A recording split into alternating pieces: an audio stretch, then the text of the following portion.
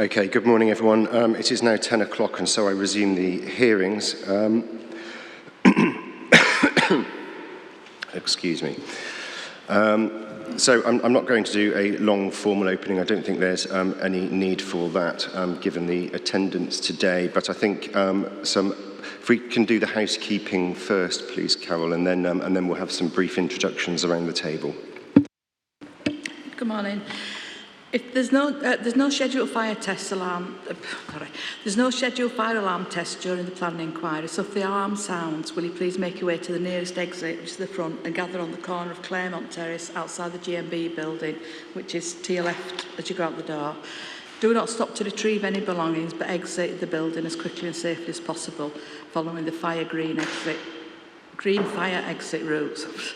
Do not enter the building until a fire marshal or member of the fire service tells you it's safe to do so.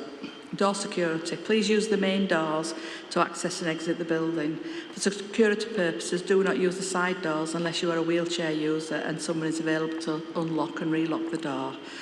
Do not let anyone into the building that you do not know. The City of York Church or Citadel support staff are generally available to ask if you're unsure. There are other building users working in the building as the examination is going on, so just be mindful of that, please. The toilets are on the ground floor in the corridor, just down there at the back, adjacent to the main hall. Drinking water is available, particularly with this heat. If anybody has any issues, runs out of water, if you let me know, or a member of the council team or Citadel staff will sort you out. There's also water in the foyer, particularly for the people who are up in the viewing gallery. Other refreshments are available on Gillygate. There's a range of cafes and shops and things, and there's also Sainsbury's Express in Bootham. Just a reminder that we will be filming proceedings, so if anyone has any issues regarding being filmed, if you let me know, I can find you an alternative place to sit. Wi-Fi is available, it's Citadel Guest, and the password is General Booth 1883, and there are notices either side of the hall. Thank you. Thank you very much for that, Carol. Yes, as I indicated, if we could just do some brief introductions around the table, starting as we traditionally do with Mr. Elvin. Yes, well, as Mr. Bewley knows, David Elvin QC, leading Matthew Henderson. Sarah Dulmer-Maid, Local Planning Project Officer. Bernard Fleming, I'm the author of the Council's HRA. Jane Healy-Brown from Arup on behalf of the Council on Greenbelt Matters. Matthew Good from Pegasus Group here on behalf of Lovell Developments. I'm joined by two colleagues today. I'll let themselves introduce themselves. Heidi Boot, Graduate Planner from Pegasus Group, here to observe. And Rebecca Little, Graduate Planner from Pegasus Group, here to observe as well.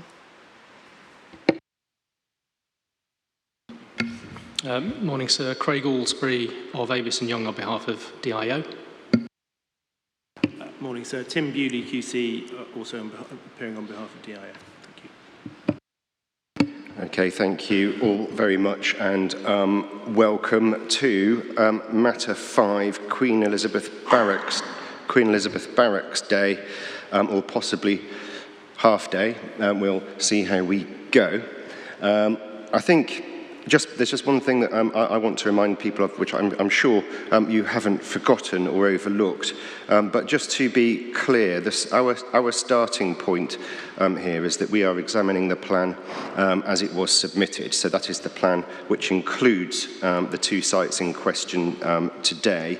And what we are in effect exploring, or the beginning of our exploration for today anyway, is about whether or not it is necessary for soundness to delete both of those sites as the council has proposed. So I just thought it was worth reminding people about that. Now, my understanding is that Mr. Elvin had a few observations to make, I think, before we kicked off. Is that right?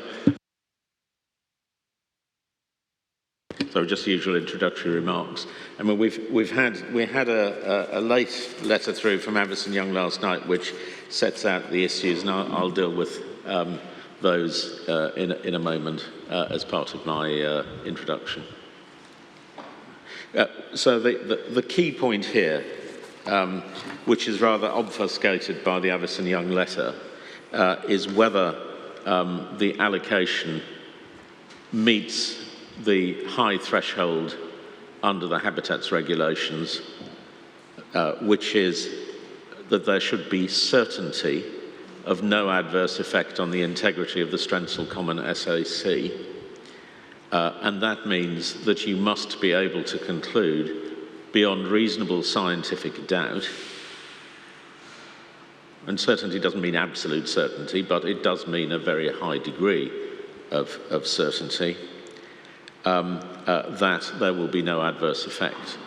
The position, as you know, changed, and Natural England made representations, and as the national advisor, their views should be followed unless there are cogent reasons for not doing so. We revisited the matter, and following the phase one, as you know, we submitted a further HRA, largely Mr. Fleming's and his colleagues' work, and he can speak to aspects of that as needed. The difficulty with the way DIO divides the issues is it rather fails to see the overriding question, which is whether the data are such, and we say they're not, that you can conclude with that high degree of certainty, that is beyond reasonable doubt, scientific doubt. The change in the condition of the SSSI does not affect the assessment of impact, and you have that confirmed by the letter from Natural England, which came in yesterday, CYC 98, who, although they were going to attend, for reasons known only to themselves, are not attending, but they submitted a letter late yesterday. I don't know whether you've seen it. I haven't. Carol circulated it late, and I made sure I emailed it directly to Mr. Bewley yesterday. I did, yeah.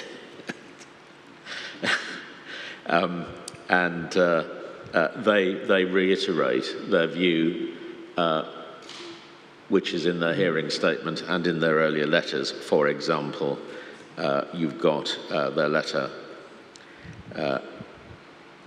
making it clear that they support the HRA. The precautionary approach that you have to take is said to be dealt with by the various surveys, and you have a summary of the surveys in the Statement of Common Ground in section 2. The difficulty with the surveys is they demonstrate only, as both sides agree, a snapshot. They are not complete data and are not, in our submission, evidence demonstrating beyond reasonable scientific doubt that there will be no adverse effect. The points I just draw your attention to with the survey. Of course, the survey is usage, current usage, not future usage, with a new housing estate, one must assume, immediately adjacent to it. That's the difficulty. As I say, it's said to be a snapshot and not complete. At the moment, there are bylaws on the common. The extent to which MOD actually enforces them is another matter. But even with the bylaws in place, recreational use has been permitted and incidents have occurred, which are summarised in the Statement of Common Ground.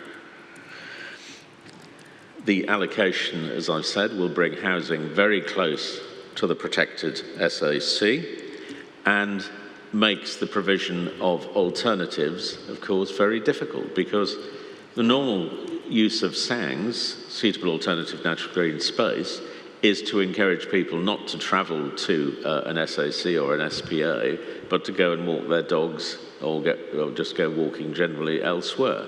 The problem with the SAC here is it is immediately adjacent to the site. And in a lot of cases, and I'm certainly familiar with a number of them, Thames Basin heaths, Dorset heaths, Ashdown Forest. Zones are imposed of around about 400 to 500 metres, prohibiting any development within those zones precisely for this reason. No zone is proposed here, and indeed it would rule out most of the site. What the limited data that you've got does show, and perhaps it's worth opening the statement of common ground if you've got it. The question is where's my copy? Oh, Lord.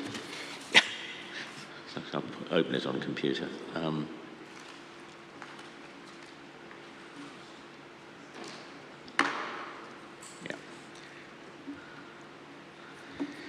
If you go to the data summarised at 237, you'll see that even without the proposed housing development immediately adjacent,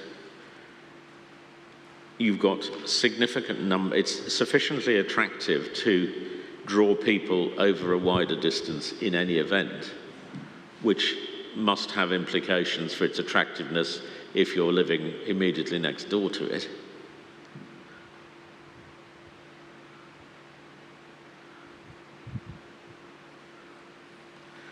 Already, somewhere in the region of 20%, this is point C in 237, travel less than 500 metres. Well, you're going to be increasing that incentive. The majority of the visitors surveyed were walking dogs. A third visited every day. And such predictions as are made, of course, are based on a snapshot data. Both we and Natural England considered in those circumstances and the attractiveness of the common that there could not be the requisite degree of certainty given the precautionary principle, which is why we then proposed to delete the allocations from the site. There is also an issue of a very rare species on site, the dark-bordered beauty moth, which is referred to in the HRA. You'll see at the HRA is CYC 45, and you'll see the reference to the moth in section 2 of the HRA.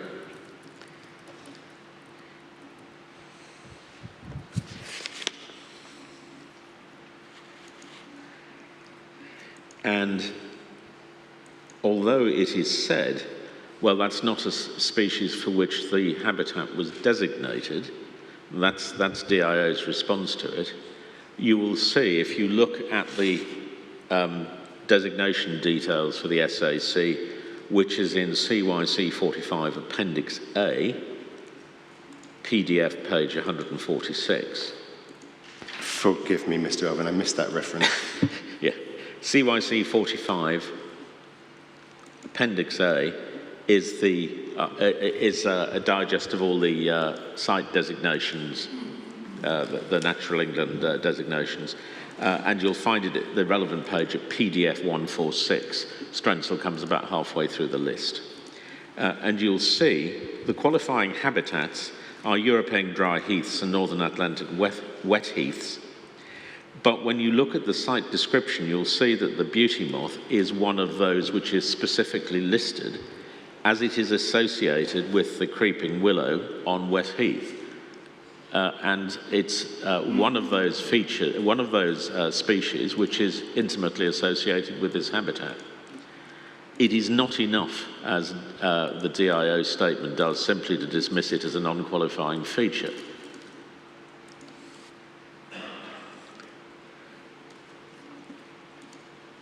Sorry, I said section 2 of the habitats assessment. It's dealt with, at 4.2, 94 to 4.2, 100 of the HRA, which is, as I say, CYC 45, pages 84 to 86. You'll see that HRA cites a judgment of the European Court which remains relevant under Section 6 of the Withdrawal Act, where you are required to take account of all species, even if they're not ones for which the site is designated, if they're necessary to the conservation of the habitat types and the species listed for the protected area, which they are. And the relevant section from the judgment of Holohan is set out in the HRA. I asked for the complete judgment to be put into the examination library, just so you have the complete judgment, CYC 97, but it's paragraph 39, and it's quoted already in the HRA. So our approach is to submit that there are good reasons, supported by the National Advisor, which must be given significant weight, to treat the allocations as not sound. Natural England has confirmed, notwithstanding the matters appearing in DIO's hearing statement, it does not change its view.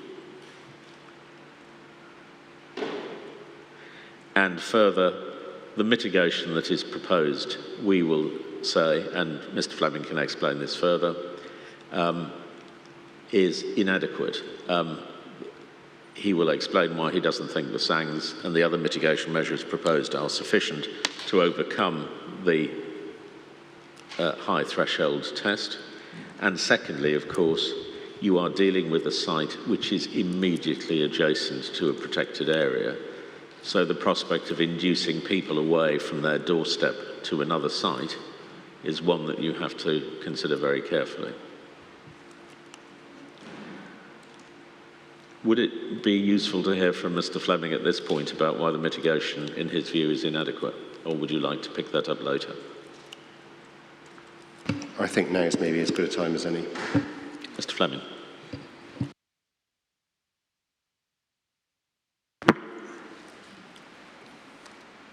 DIO provides description of its proposed mitigation measures in a table on page 8 of its submission.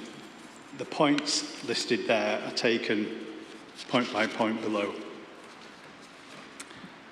Firstly, they identify that the development will provide substantial separation between the SAC and the development. I would say this could be potentially quite a lengthy statement, so do bear with me. Yeah, sure. Sorry, could I just ask you to pull your microphone just a little closer? That's great, thanks. That's that better? Okay. Substantial separation. I disagree there is substantial separation between the proposed dwellings and the SAC. The ability of fire to accidentally spread from gardens across open space and into the heath should not be underestimated and makes this statement implausible. We have recent examples of such matters this week from London, sadly. Boundary and edge treatments. DIO placed considerable reliance on fencing. For example, paragraph 3.39b of the DIO response, suggesting this will represent an impermeable barrier to pets and people, meaning access is deflected round to Scott Moncrief Road. See page 20 of the master plan report, which forms part of DIO submission. DIO proposed there would be and I quote, a robust boundary and edge treatments to the SAC boundary, separated from areas that are accessible to the public, which would be retained and maintained by MOD if necessary. Section 4.6 of the master plan sets out more detail of the proposed boundary treatment, with the thematic drawing on page 28 showing deep water and then scrub along the fence line. I have a range of concerns regarding this boundary treatment, which I'll summarise now. Curiously, access directly onto the European site at the end of Howard Road appears to remain in the proposed master plan. This is an existing access already.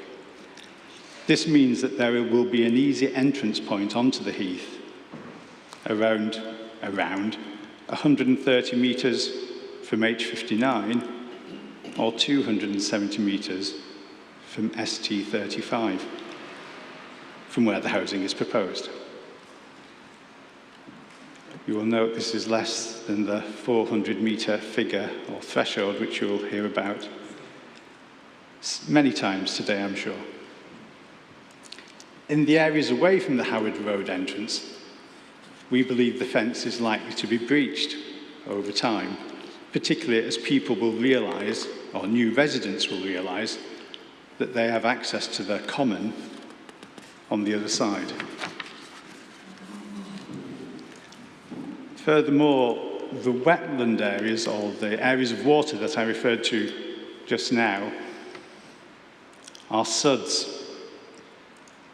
And in order to function properly as suds, these water bodies will not always be wet. And in fact, it may be that they are not wet at all most of the year. Otherwise, they won't be performing their suds function. A useful case study for the efficacy of a fence around a heathland site is Halton Heath in Dorset.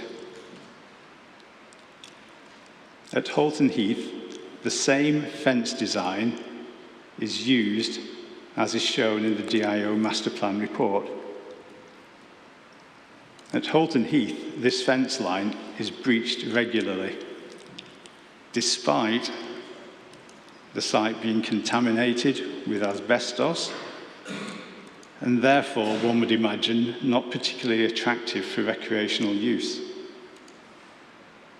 It's important to note that at Halton Heath, there is a 400-metre buffer to limit development. And just for clarity, Halton Heath is part of the Dorset Heaths SAC and Dorset Heathlands SPA.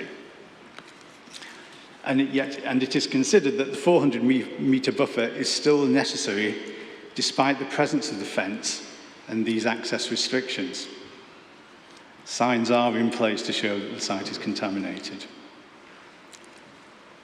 I believe that there are a number of similarities between Strensall Common and the Talbot Heath appeal case.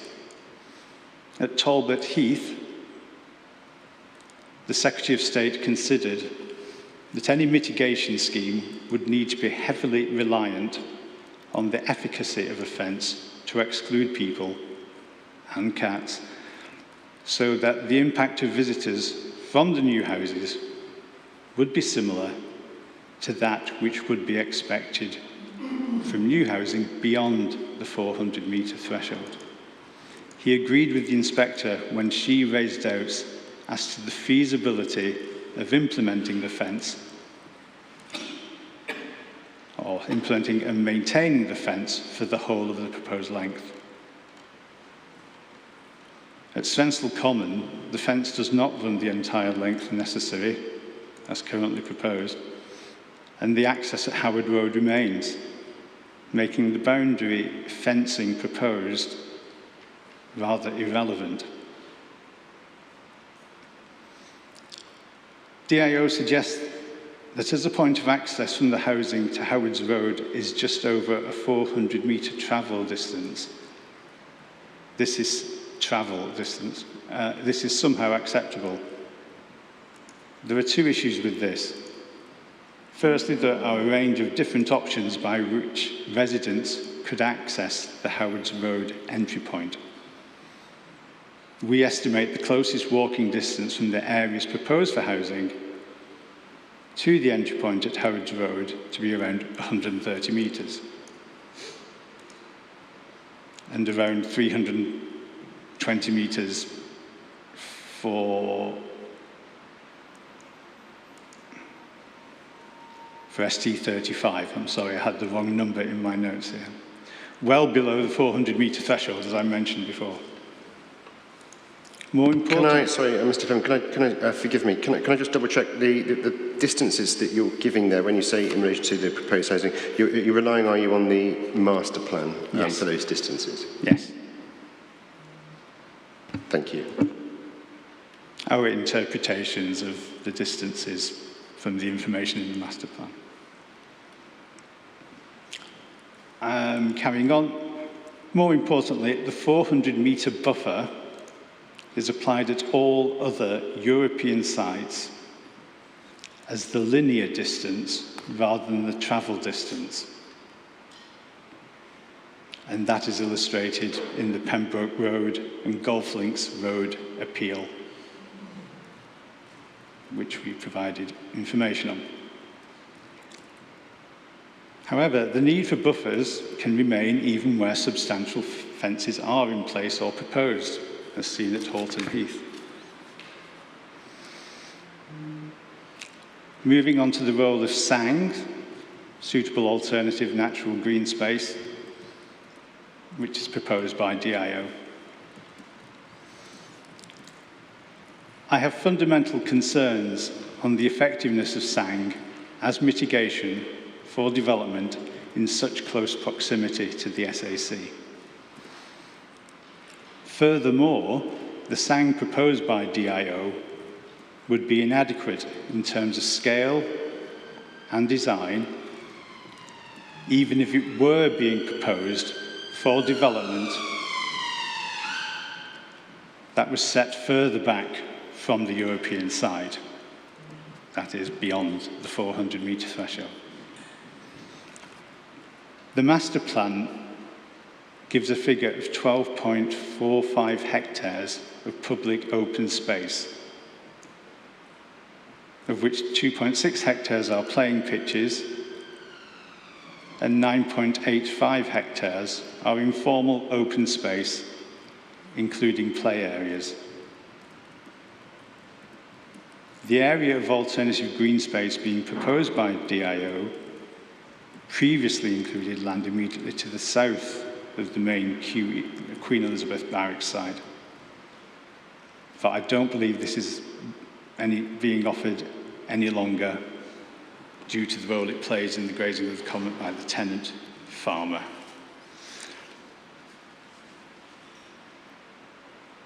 The 9.85 hectares is therefore the SANG that is being proposed. But it is important to note, as I mentioned, that this includes play areas and also the areas mapped with standing water that are inaccessible due to their role as creating a barrier to the SAC. The SAC areas, I beg your pardon, the specific areas used to derive this overall total are not explicitly shown on any maps in the master plan. And therefore, I am not clear whether this total includes green wedges, thin areas of green space around buildings, roadside verges, and the perimeter of the site.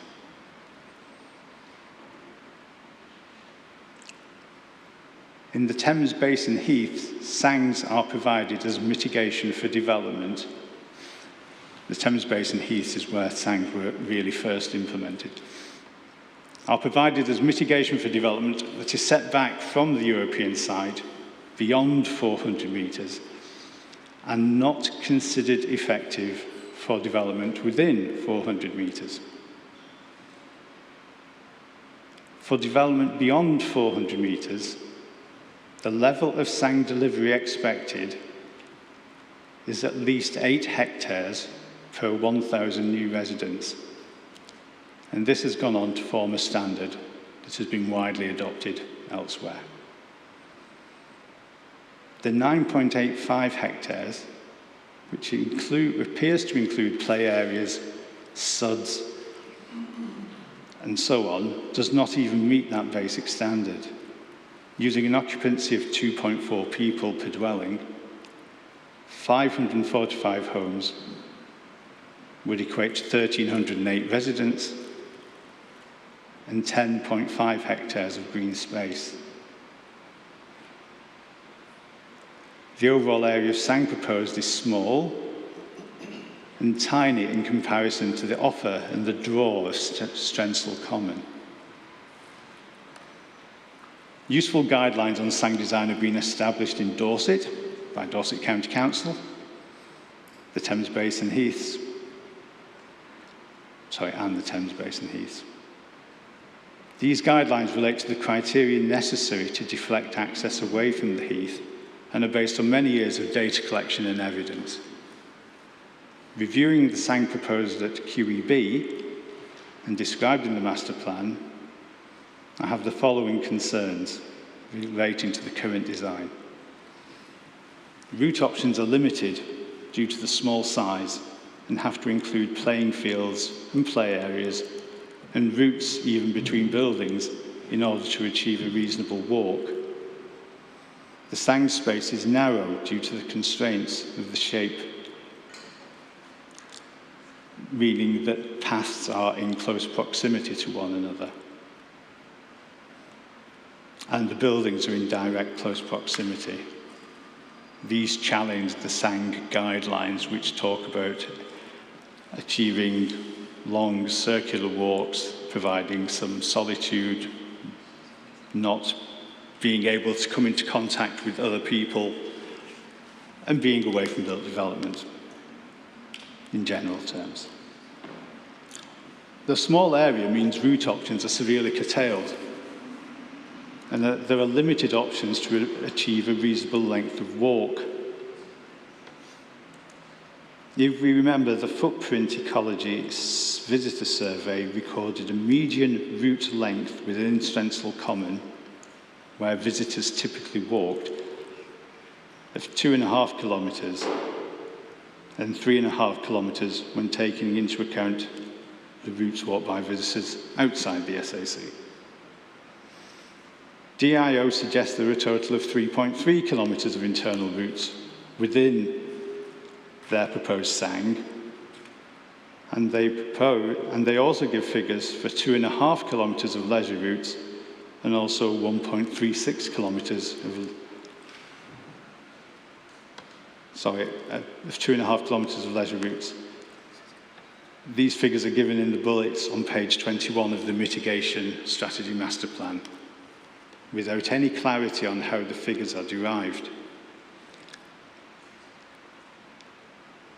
We have recreated the plan from the Mitigation Strategy Master Plan. Now, you should have these diagrams in previous submissions. You will have the master plan. I think it was our submission in 2021 where you will have seen these diagrams. But bearing that in mind, I beg your pardon, I've now lost my point. Here we go. We interpreted, we tried to find paths that would meet DIO's proposals. Routes 1, 2, and 3, as we call them, comprised a circular route around the proposed green space, and these together provided a route of about 960 metres, just less than a kilometre. Furthermore, lines 1 and 3 of the routes we identified lie roughly parallel and are in places close to each other, just 50 to 60 metres apart, potentially meaning the route will feel cramped and almost if one was retracing the same route. Such a route may provide a short walk for some local residents, but hardly provides a realistic alternative to the recreation experience provided by visiting the SAC. Clearly, it would be possible to extend the route, the 960-metre route, but other paths available, we refer to them as 4, 5, and 6, all pass around or through built areas and hardly provide a naturalistic route given that they run right through the area proposed for development. Such routes will not provide space where, for example, dogs can be let off freely. Line 6 not only runs right along and through the area of proposed development, but then skirts the formal playing fields. And dogs and dog walkers and sports fields tend not to mix very well. The SANG's guidelines from both Dorset and the Thames Basin Heaths clearly stress the need for semi-natural green spaces, perceived as natural, without an urban feel, without artificial structures, and with the ability to complete a reasonable walk of 2.3 to 2.5 kilometres. The guidance states that access should be largely unrestricted so that dogs can freely exercise off the lead. The Thames Basin Heath guidance states that convoluted paths and pinch points should be avoided, such that paths are 100 metres apart in open ground. The alternative green space clearly fails on these points.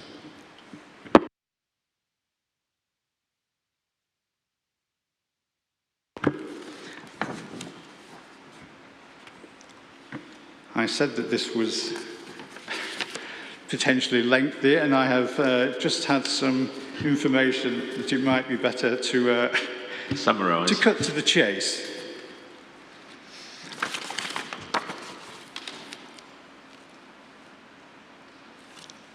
Basically, the evidence says that there is a clear risk that harmful impacts on the wet and dry heathland communities.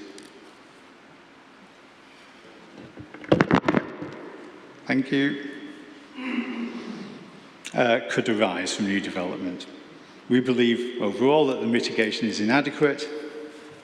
It doesn't meet the established standards for SANGs. And given the proximity of ST35 and H59 to Strensall Common, the SANG and other mitigation measures proposed, including fencing, wardening, and others, cannot be relied on with the necessary certainty. I think that covers it.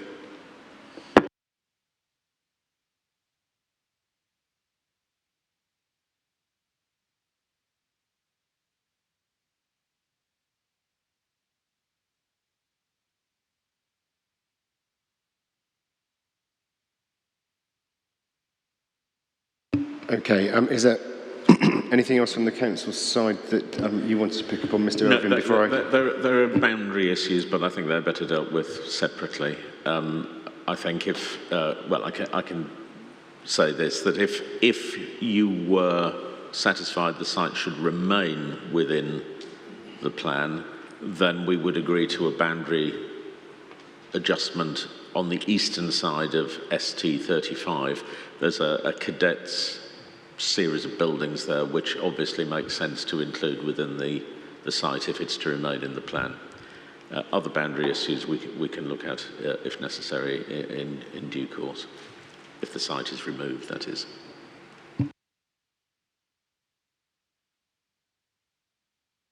Just before I move on to Mr. Booley, just so we're absolutely clear, as I say, we've read the statement of common ground. We just want to be clear as to whether or not there is any dispute in relation to the various legal tests. The position's been simplified for you because we had judgment from the Court of Appeal on Friday last week on the nutrient neutrality case, and Sir Keith Lindblom summarised the principles of paragraph 9 of the judgment, which align with the principles we agreed in the Statement of Common Ground. It just updates them. It's the Wyatt case, and I put it in for simply that reason. It's CYC 96, I think, 95, and it's paragraph 9. You'll see there Sir Keith Lindblom sets out in 10 sub-paragraphs what the principles are. They align with what we agreed in the Statement of Common Ground. So, I don't understand there to be any dispute either. Obviously, we've now got the Statement of Common Ground, which sets out agreed principles. What I shall do in a moment is draw from that 5 propositions, which I think are agreed. They're just taken from the Statement of Common Ground. Mr. Elving can tell me if I've got any of it wrong afterwards, but none of them are none of it's rocket science, so I don't think there's anything to dispute. But I think it's useful for me to just set those out, and I'll do that in a moment, and we'll see where we are. Yeah, sure. Could I ask you just to pull your microphone yes, a little of course, closer? Sorry. It does make a significant difference. Did you catch what I said?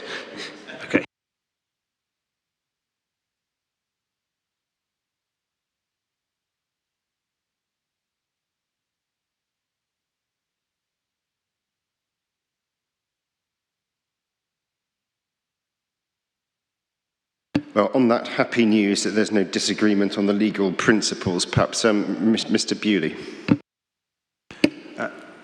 Thank you, sir.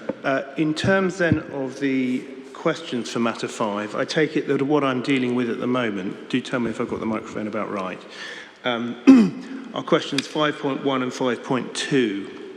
So there are greenbelt issues which we'll come to separately. They're completely That's absolutely right. Just so everyone's clear, yes. Whilst I haven't said this, so I'm dealing with issues 5.1 and 5.2 now. My intention is then to take 5.3 and 5.4 together subsequently and separately, and then to deal with 5.5, 6 and 7 together again as a separate kind of phase of the session, if you like. Yeah, thank you.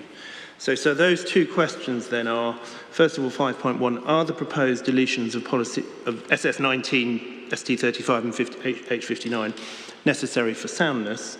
And 5.2, could the difficulties identified by the Council and Natural England in relation to either site be overcome? Now, we take it they're really the same question. The reason for that is the deletions will only be necessary, I think this is common ground, they'll only be necessary for soundness, that's the point you made earlier, if in fact their inclusion would be inconsistent with the habitats regulations. That brings us to the question of the difficulties identified by the Council and Natural England, because those are difficulties framed in terms of the habitats regulations. So the question is simply, in terms of the habitats regulations, can the difficulties be overcome so that the allocations would be consistent with the habitats regulations? Thank you. So with that framing point then, of course, in saying that, I recognise that there may be two stages in that analysis, although they'll tend to blend into each other. First of all, what are the difficulties and are they sufficient? Without mitigation, is there a problem? And secondly, and critically, in that event, can they be adequately mitigated? And it's ultimately sufficient for my purposes that you decide this issue by reference to the second of those questions. I mean, we don't accept that all of the difficulties identified by the Council are real or as substantial as they say they are, but in any event, the critical point for our purposes in terms of the necessary certainty is that we say those difficulties can clearly be overcome. With that in mind, I'll take it under 4 heads. As I said a moment ago, I'll say something brief about the legal test first of all. Secondly, then, something about the current context, and in that regard, the statement of common ground, which I think is now document X SOCG 16, I believe that's added to the document library a day or two ago, is quite useful. Thank you. Thirdly, sorry, I'm getting a dry mouth.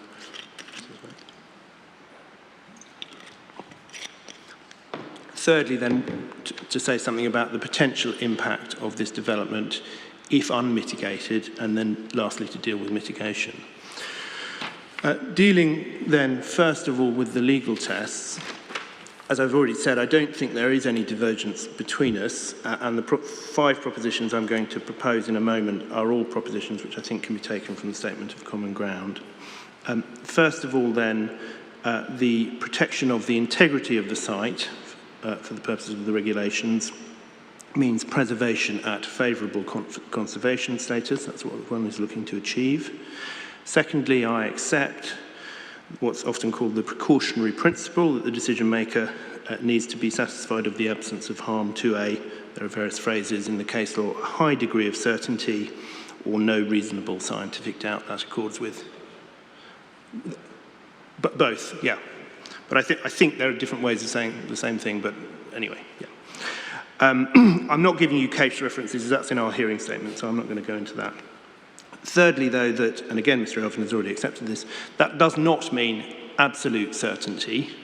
It means a practical, real-world absence of reasonable doubt, reasonable scientific doubt, but reasonable doubt nonetheless.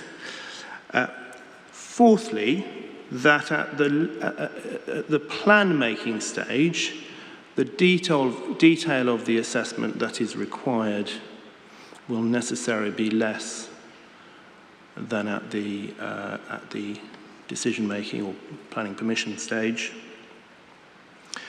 And fifthly, it must follow from all that the only concern that you have is whether the plan will be unlawful if it commits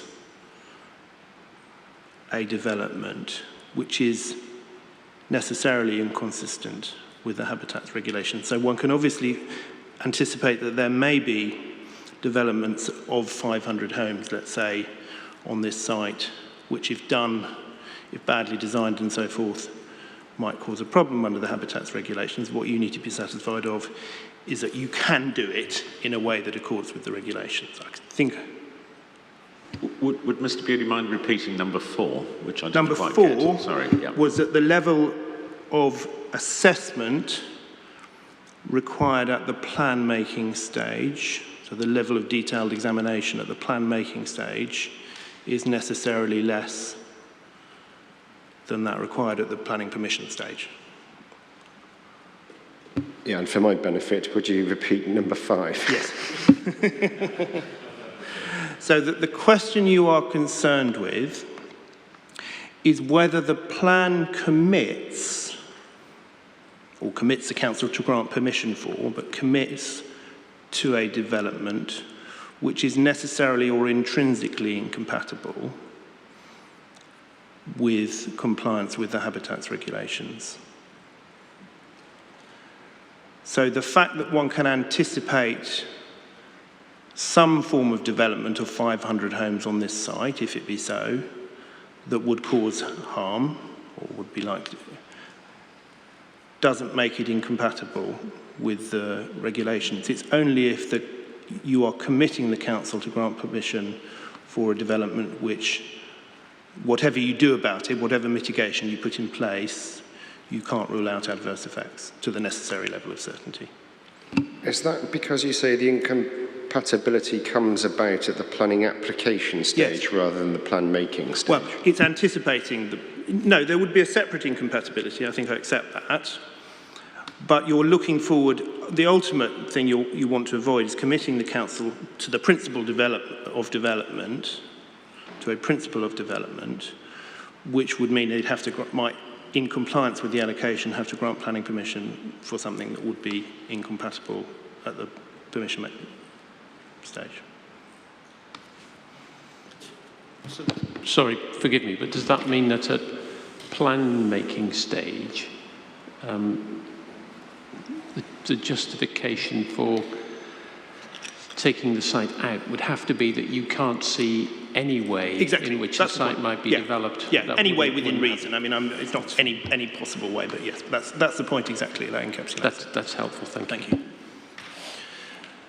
That's what I wanted to say about the legal approach.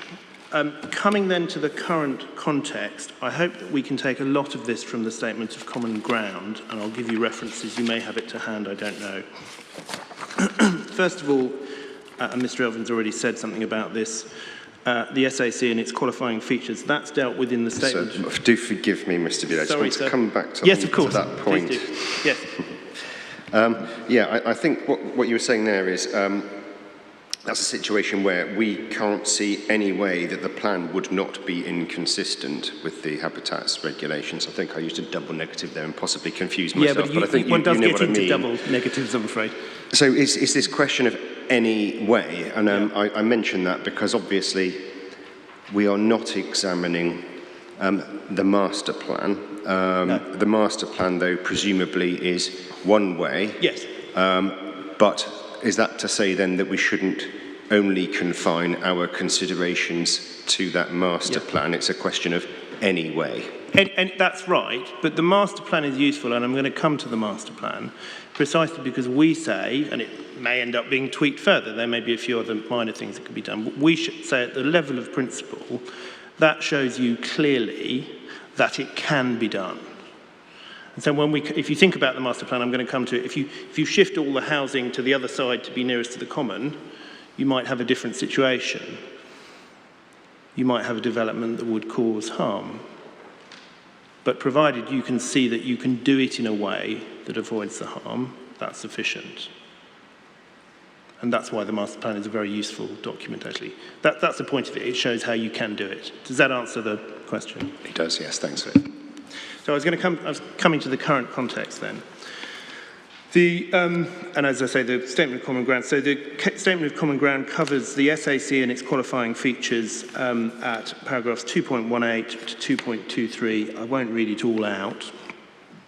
Mr. Elvin draws attention to the, call it the right thing, the dark-bordered beauty moss, and that's a fair point. On the other hand, it's important to say what isn't in there. This site has not been designated, and this is a point of real distinction with some of the other sites that have been referenced, for reasons, for example, relating to ground nesting birds, which is where a concern about cat predation comes from. That's not a reason for the designation, and it's not a matter you have to be overly concerned with. Secondly, condition, you have this point already.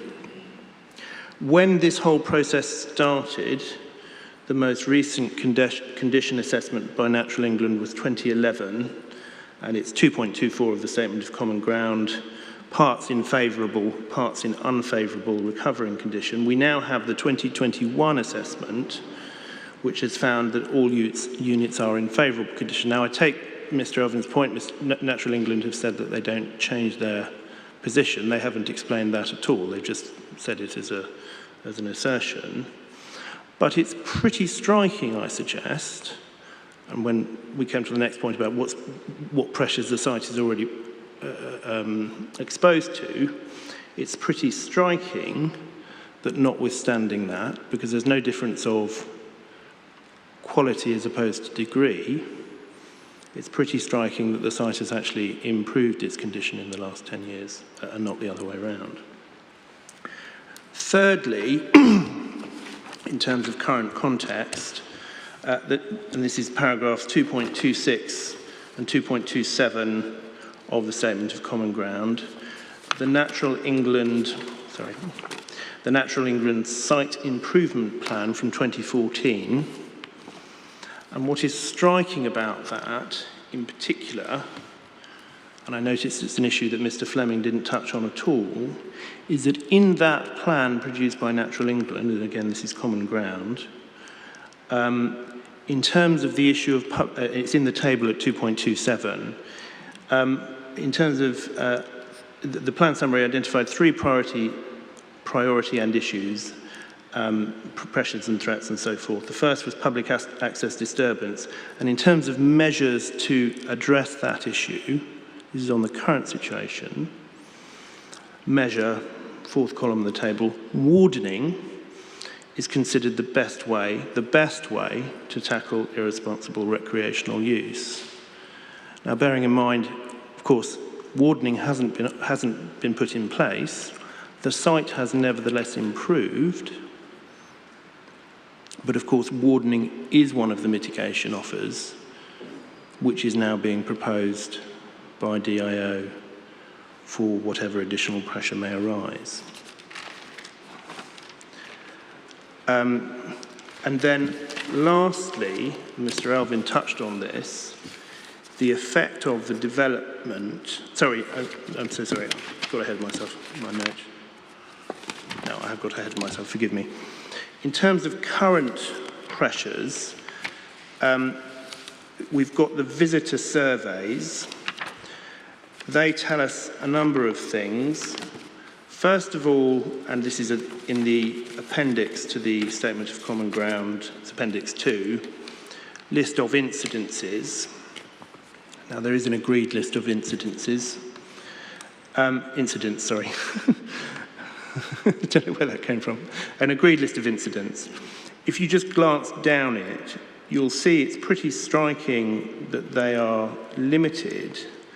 And one of the points that I just wanted to draw attention to in particular is that there is only one reference to fly tipping, slightly more in terms of fires, but only one reference to fly tipping in the last decade, that's in 2018. So unless you conclude that which we suggest wouldn't be a reasonable conclusion, that in terms of fly tipping, there's something about the nature of this site which is going to lead to a fundamental change of approach to that risk, as opposed to just being a matter of degree, That's pretty striking, I suggest.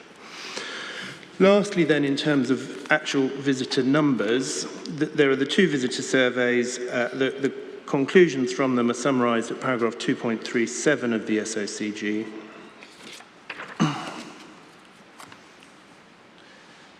And, I mean, I'll let you read that for yourselves, but I just draw attention to what I think is kind of the headline point in a sense, which is that in terms of current usage, it's point E, because this does put in context the likely increase. So remember, this is taking averages from the 2 visitor surveys, the footprint survey and then the later PCP survey.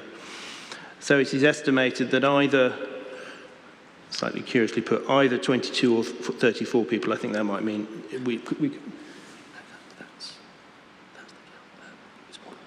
Yeah, I think the difference is about which source of evidence you're taking it from, which of the surveys.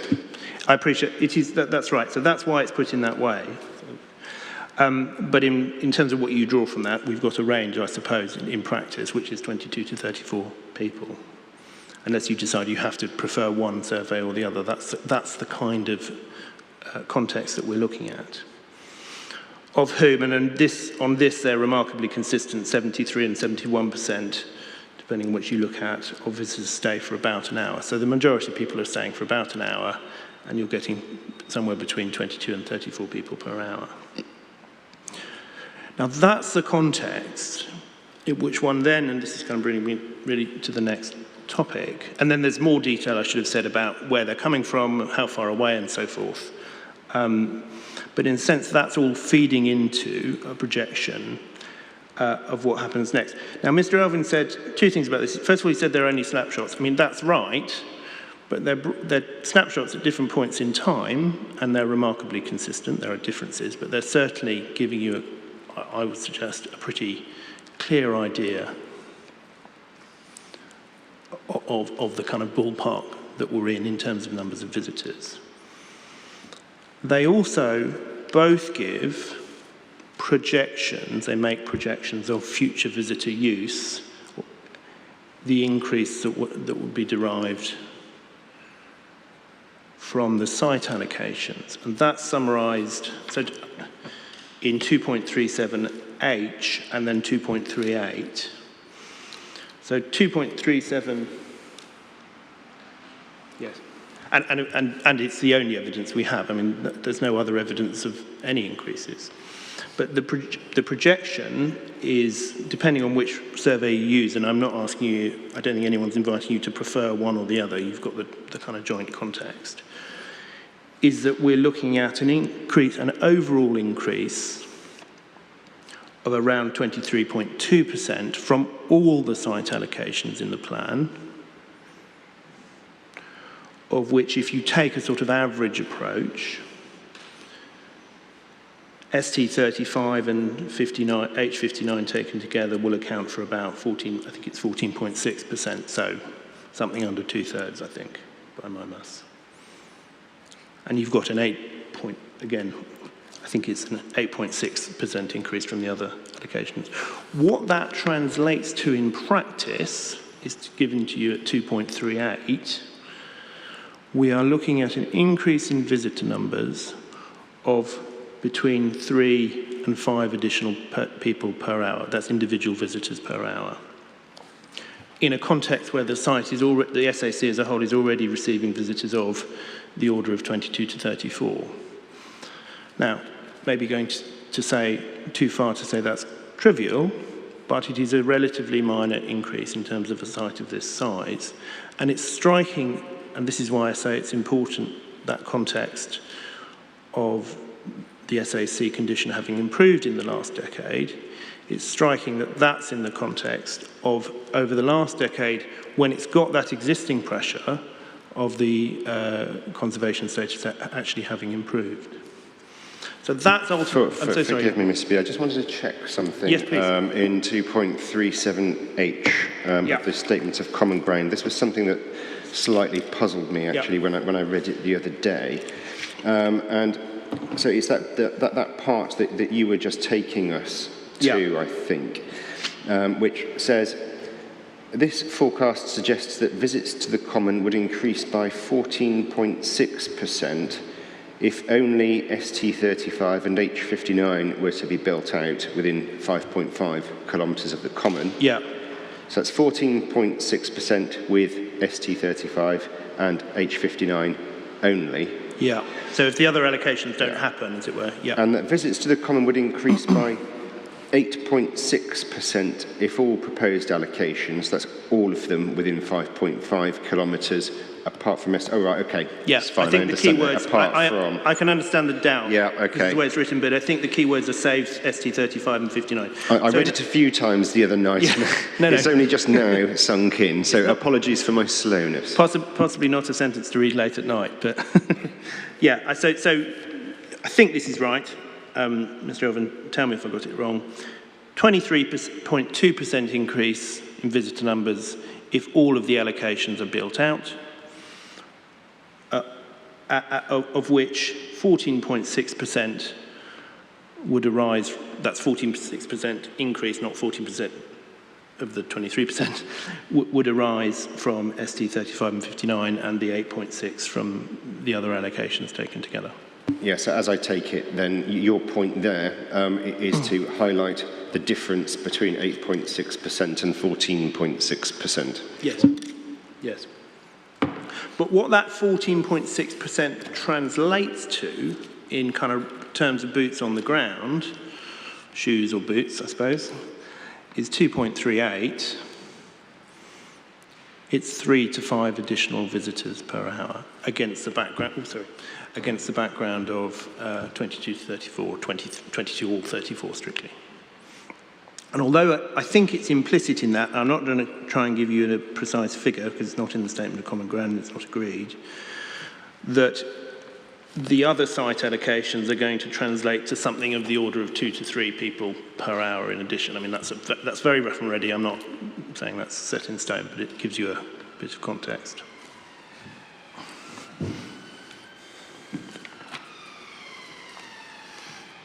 So what does that mean before we get, and that's of course without mitigation. So insofar as visitors who would otherwise, from the new developments who would otherwise be visiting the SAC are not diverted by alternative green space, etc. That's the additional numbers. Yes, of course. Did you catch that point? Right, I'll say it again. So that 3 to 5 is without mitigation. That's the critical point. And we say, and getting ahead where I go with all of this, you can be satisfied, you may not know exactly how much, but you can be satisfied that when you take account of the various mitigation measures which are provided in particular on the site, the ultimate effect of which is to divert people and to make it more difficult for them to access the site. The ultimate effect of that is necessarily going to be to reduce that 3 to 5 figure to a smaller, and we would suggest considerably smaller figure. So then, in terms of what that translates to in terms of, because the increase in visitor numbers, of course, is not in itself damage to the integrity of the site. How does that translate into damage to the integrity of the site? Well, it seems to us, I think this is, at this level, I think the council might agree, but we'll see. You can put it in terms of two things. First of all, the visitors themselves on the site, on the SAC. In other words, walking dogs, trampling the ground, and so on. And in that context, that contrast, 22 to 34, well, it's an extra 3 to 5, is pretty important, we say. And secondly, there are what are described as, in a very broad and we think a little vague way, as urban edge effects. And in our hearing statement, we've tried to summarise what we understand those to be. Paragraphs 1.19, 1.20. We give two references to the council's, to the Waterman 2020 HRA. So, fly tipping, I'm looking at 1.19 of our hearing statement referencing 3.4.6 of the HRA. Fly tipping Capitation of ground nesting birds, well, I've already said that we don't understand that to be an issue here. Arson, vandalism, the creation of unauthorised entrances, including made by householders on directly adjacent properties via their own gardens, and associated with this, the unauthorised use of motorbikes and 4x4s. Well, just commenting briefly on those at this stage, and I'll come back to it when I look at mitigation. Cat predation is not referred to later on in the reference we give at 1.20 of the hearing statement. Arson and vandalism are very specific kinds of antisocial behaviour. We'll say something in due course about creation of unauthorised entrances, but there will be on the master plan approach we have adopted, no householders with directly adjacent properties to the heath, because all of the properties, as I'll show you in a moment, can be situated in a way that's quite a significant buffer. There's not going to be any back gardens backing onto this land, onto the SAC that is.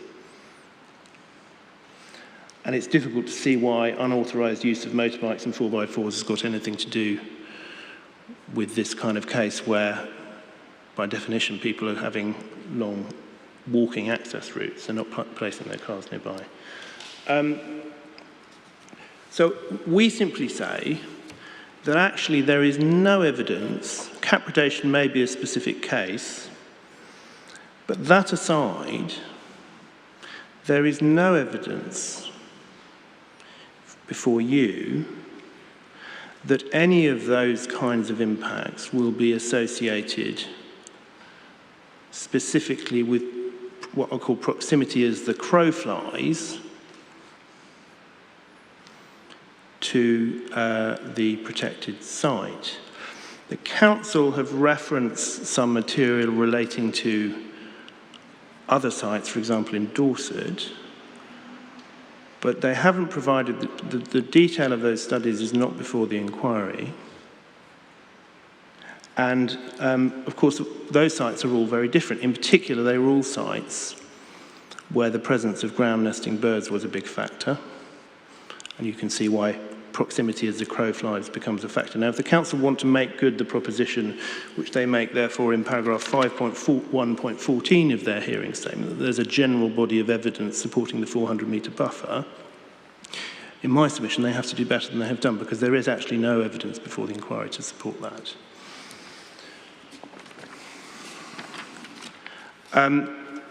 And we deal with this in particular in the representations which we made in July of 2021. Sorry,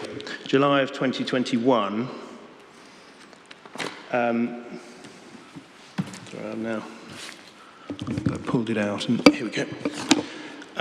It's paragraph 3.45 of those representations. The document reference for that is SID reference 345, that's for the document. And we make a series of points about that, which I'd invite you to look at. But in particular, we note, among other things, it's 3.45D, that there's some level of inconsistency in the footprints assessment of these issues, because in other cases, Burnham Beach's SAC, they actually supported the idea of alternative green space immediately adjacent to the protected site. But in any case, the key bottom line point is that there is no evidence to support a general rule having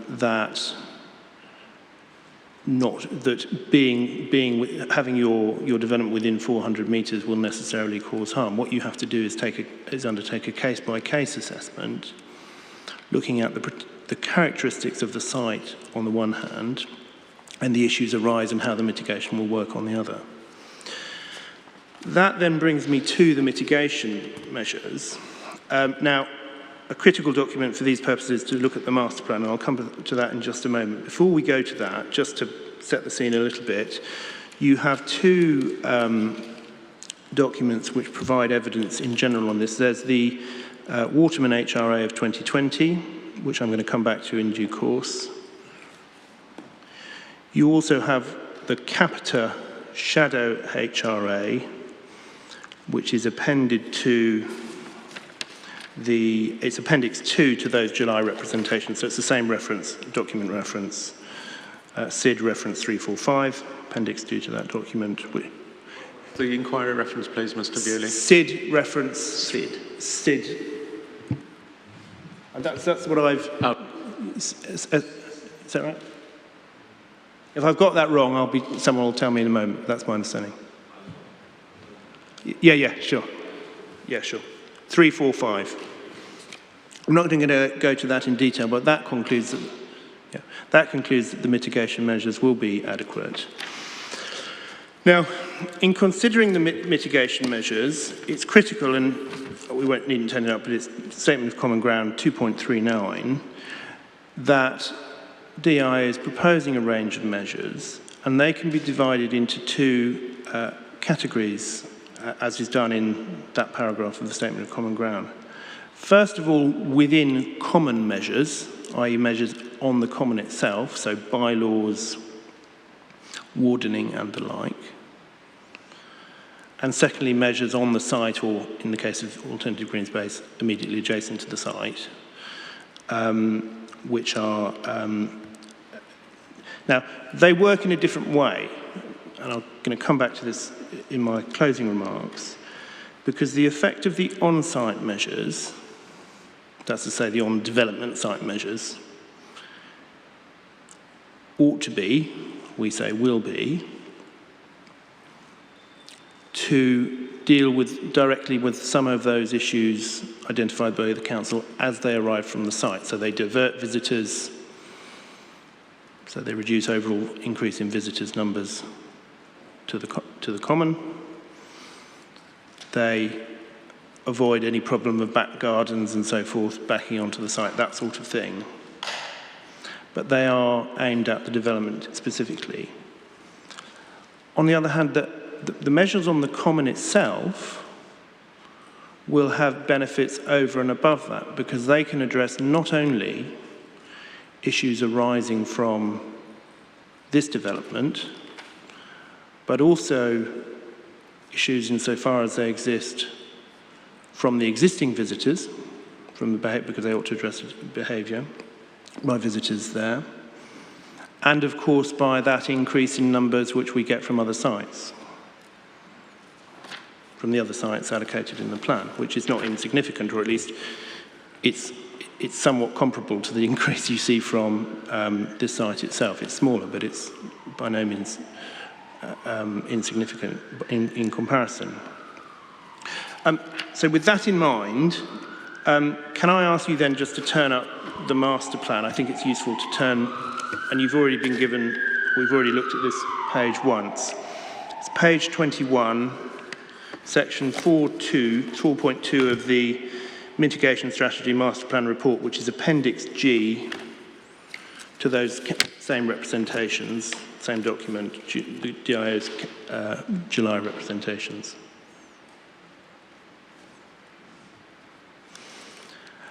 And in my submission, when one looks at that plan, you can immediately see, just by looking at the plan, that it addresses a significant proportion of the council's concerns, because what it shows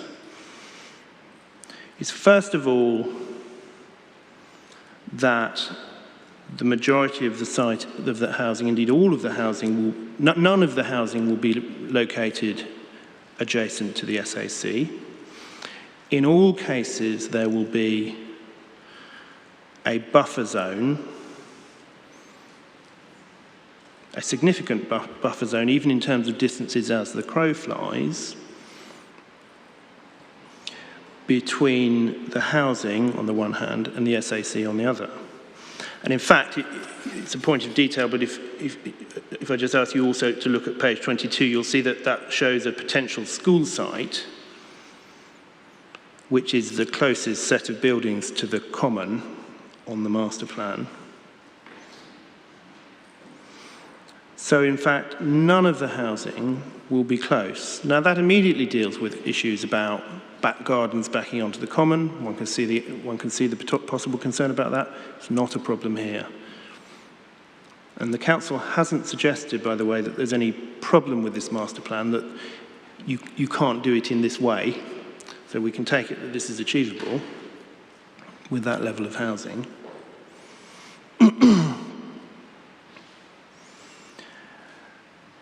And as I say, none of the housing is located close.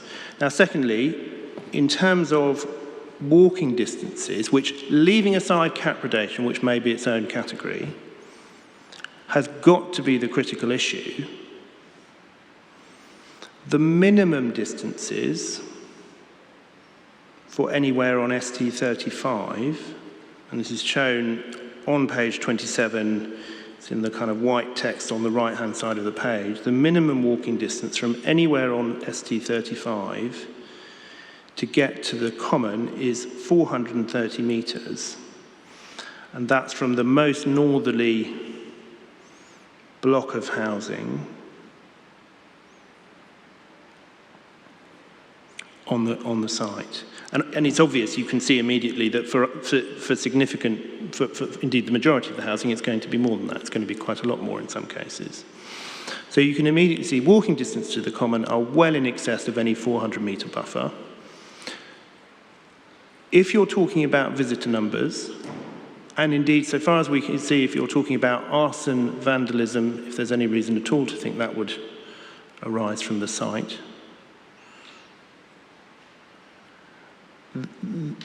the visitors are in exactly the same position as they would be if the site was located slightly further away, but there was a direct route. It's more than 400 metres. And anyone who is thinking of visiting the common for recreational use